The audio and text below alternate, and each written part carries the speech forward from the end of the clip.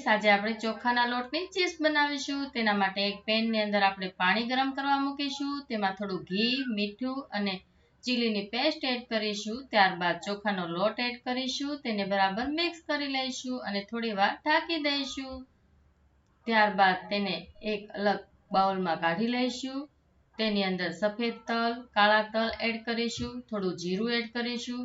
થોડું chilli flakes અને red chilli powder add કરીશું અને તેને હાથની મદદથી બરાબર મિક્સ કરી લઈશું. ત્યારબાદ આપણે એક પેનની અંદર ઓઇલ ગરમ કરવા માટે મૂકીશું અને તે આપણે જે લોટને તૈયાર કરેલો છે તેમાંથી નાના નાના લુયાને રેડી કરી લઈશું.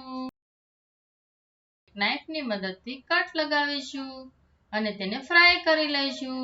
ધીમા ધીમા તાપે આપણે તેને ફ્રાય કરતા જઈશું. તો તૈયાર છે ચોખાના લોટની chips. Thanks for watching. Bye bye.